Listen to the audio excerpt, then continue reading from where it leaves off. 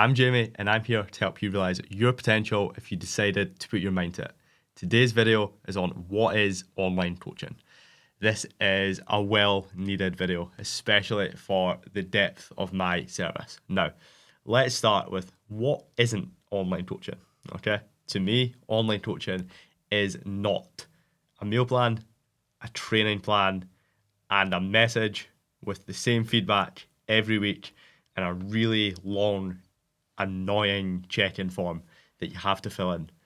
That is not online coaching. It is a version of online coaching, I suppose, but it's not great and it doesn't get you the results you want. And I know that because previously it's what I'd done and it didn't get the results that it should have. And I know that because I know other people in the industry who do that. And yeah, we're going to break down what online coaching is with me and what online coaching really entails. So you may have experienced it in the past.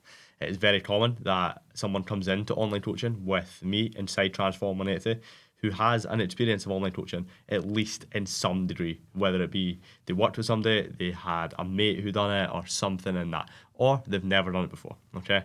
And to be honest, when someone's never done it before, it's a good thing because it's a blank slate and it allows us to just completely sort of revamp and set a really good standard and a really good precedent for what's to come.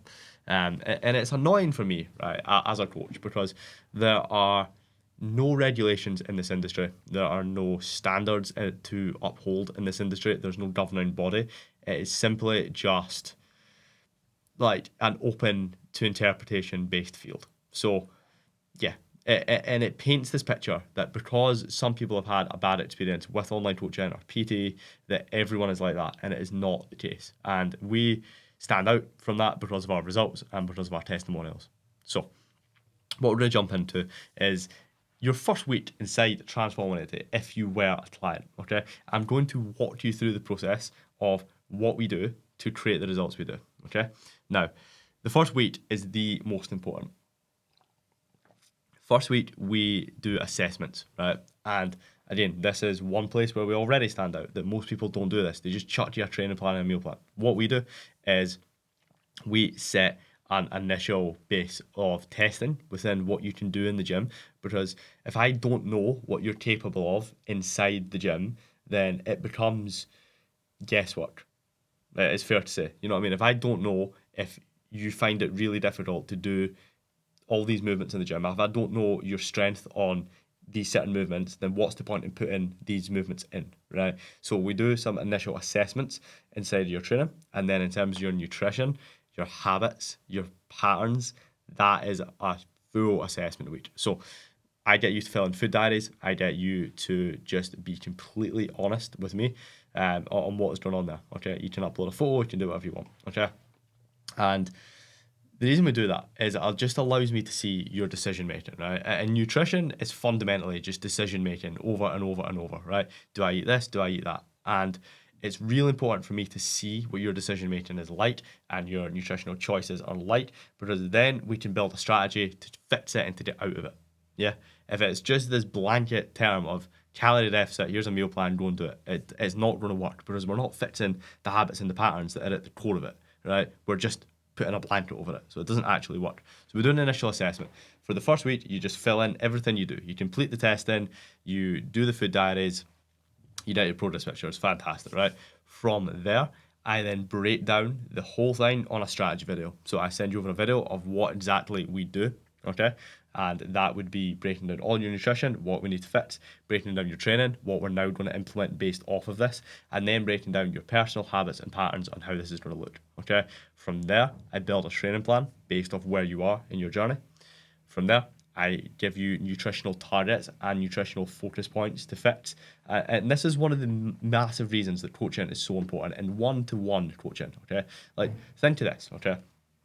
If I wanted to learn to drive a car, right? This is a first analogy that came to my head.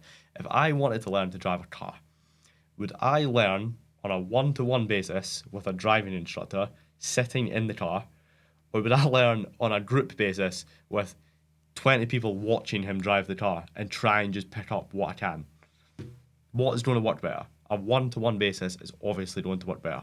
And that's not to say that doing it on a group is bad. It's just different, right? But doing it on a one-to-one basis is far more effective. It just is. It's built around you, obviously, right? So if we're taking somebody in their first assessment week, and then everything that I've seen inside that, and what's very common is that someone has no idea what they're doing with your nutrition, right? They have their training is decent. They'll happily go and train, but they have no idea what they're doing with their nutrition. So there's no point in giving you a really advanced plan. There's no point in giving you advanced things to focus on, advanced things to think about timing and to think about like micronutrients and like all these different things that go into it, right? It's just let's eat a bit better. So that's the first thing, right? Really simple, painfully simple, right? And then it's like, then we add a bit more to it. And it's like, right, cool, let's maybe think about tracking calories from there.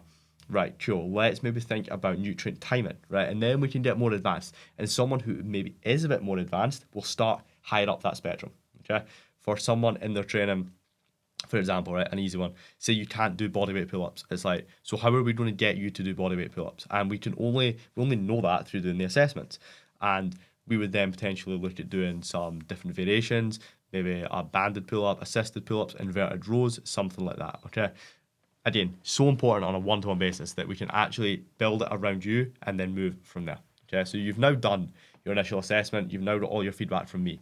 That's phase one. Phase two, we're moving into the implementation. Now, I know this. It's not going to happen straight away, right? You're going to get a lot of information back from me and you're going to be like, right, I now know I need to be fasting in the morning and then this is my training plan. Fantastic, right? What you're now going to do is try and implement the main points that you're able to implement. You're not going to be able to implement everything at once. And I tell you that. I just want you to implement what you can and what stands out to you for the second week, okay? So now is the implementation phase. At the end of week 2, we're now looking at everything and we're going, you've implemented that really well, so you just keep doing that, you batter away. This didn't get done as well, okay? This, for example, meal prep was not implemented well, so what are we going to do about that? Because you were still buying food out every day. So let's make a change there, right? Do we need new ideas? Do we need something like that, okay? So phase 1, assess. Phase 2, implement. Phase 3, it should now be pretty crystal on what you need to do and what wasn't working in the implementation stage and then what is now actually working, okay? In theory, everything is now set and everything is now implemented, okay? Fantastic. So you're now going to start seeing class results week on week on week. Sweet, okay? That's what you want, okay? And that only comes, in my opinion, from doing those two first phases. And what a lot of online coaches do is they just chuck shit at the wall and hope it sticks. They just chuck your training plan, chuck your meal plan, and through law of average, if they have 20 clients, they throw the same thing at 20 of them, it'll work for one and they'll get one transformation. The amount of transformations we have is insane. And that only comes from doing it on that one-to-one basis. And guess what? It takes a lot of time on my end. Shock, right? It's my job. It's as if it's my business. The work just needs doing. And that comes from me. Just because I work in the position I work doesn't mean I don't work insanely long hours. I do. And there's so much that goes behind it in terms of like the client fulfillment side of it. Like I put so much time into my clients and that is then reflected back in the results. And it's just why we are where we are as a business, you know what I mean? And it comes from me. So the next stage is the communication, the check-in system side of it. So this is an interesting one that, again, in this industry, the in my opinion, the gold standard of coaching is daily check-ins, right? Daily touch points. They're not daily check-ins in terms of every day I'm going to send you a video and I'm going to break down your nutrition, right? That's not necessary. But daily touch points in terms of being in contact with you and getting to know you as a mate. Very important part of coaching, right? Being in contact with you and giving you feedback on yesterday and what was good. Being in contact and giving you analysis on your videos that you maybe send over to me. All that sort of stuff. And then the weekly check-in, the proper weekly check-in where we compare your progress pictures, we look at everything that he's done. I don't believe in these arduous check-in forms that are horribly long to complete with the same feedback every week. We cover it all through the week, and if there is anything that comes up, you just tell me. We go through it up throughout the entire week. And your food diaries tell us that story as well. So, yeah, for me, that is a massive side of it. The communication is what coaching's built on. You know what I mean? It's like, and say this, right? Say you're struggling with something. Why the fuck would hearing from somebody once a week fix that? It doesn't. It's especially at the start of your journey. Hearing from me, our coach, very consistently, hearing from me on a proper weekly basis in terms of the weekly loom check-in is invaluable. It is unbelievably important because you're at the stage where it's like, right, I'm struggling, but I've reached out for help. And now is like this breaking point where if you get the help you need, you're going to start making results. Fantastic. If you don't get the help you need, inside those pivotal few weeks and that assessment and implementation stage, that you're now just going to get to a stage where you're like, fuck this. And you lose trust in me, you lose trust in the industry, right? So for me, it's extremely important that the communication is really high at the start. And it's just what coaching's built on, you know what I mean? It's a feedback loop. And if you aren't prepared to have a lot of communication with your clients, and yeah, that means later in the evenings and at the weekends as well, you're probably not cut out for this, especially online. You're just not cut out for this. And you have to prioritize the communication and the fulfillment and the success of your clients above everything else. It's what I've done. It's what I continue to do. And it's internally grown my business for me. And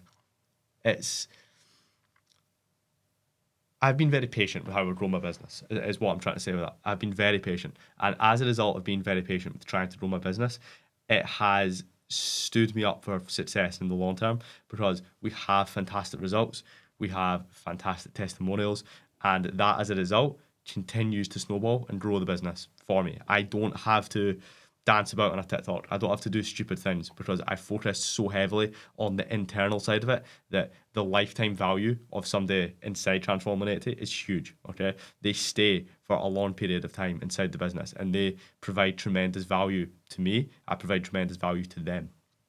And they get an incredible result, which obviously in turn grows my business. So it's for me, it started from the ground up, and that started from the communication, that started from the assessment and the implementation and all of that, not just chucking it shit at a wall and hope it sticks. So yeah, it is. I just view it very differently to how a lot of people do, and there are very very other successful online coaches out there, and far more successful than me, and they have amazing businesses, and they apply the same principles, of assessment, implementation, communication, and their clients are also doing incredible. And to me, that is the gold standard of coaching. It is having those things laid out for you, and you know what to expect from me as your coach. It is not this, am I going to hear from them today? Is there going to be a WhatsApp? Will my training plan even be in? I guess I'll just eat that, because that's what people do in this industry, and they don't really know what is they're doing. They don't know where they lie, right? To me, that is the gold standard. It is one-to-one. It is completely built around you. There's an assessment. There's an implementation phase. There's then I suppose, the strategy building phase, and you're smashing it. And then it's communication on top of that. And then inevitably, there's going to be a point where you're not sticking to the plan as much. There's going to be a point where you're not enjoying the plan as much. And then that is where the questioning comes in. And then that is, for me, where the pushing you. And that is where the really, really pushing to get the absolute most out of you comes into it. And, you know what I mean? For example, right, my client Ryan Cowan, right, if you're watching this, Ryan, right, I said to him 4 questions last week, and the main one was, what are the positives of not changing? Right, think about that for a second. What are the positives of not changing? And he found it difficult to answer at first, right, because it is a really difficult question. What are the positives of not changing? He went, there's no positives to not changing. And I went, right, there are positives to not changing. You now don't have to put the effort in after work when you're tired. You don't really have to meal prep and be prepared with yourself. You don't have to psychologically go through the stress and push yourself. That's class, right? You don't have to spend more time at the gym. You don't have to spend more money on a healthier food shop. Like, there are positives to not changing. Of course, there are positives to not changing, right? But that changed his mindset, and that flipped it. And he went, I'm now looking at this very differently. And he's doing well. So coaching is a very malleable thing, and the varying standards in this industry are what they are, okay? But for me, inside Transform 180, the standards are extremely high, and that is reflected through the results. Fantastic. Now, thank you for watching this video. I hope you enjoyed. Like, subscribe, and I'll see you in the next video.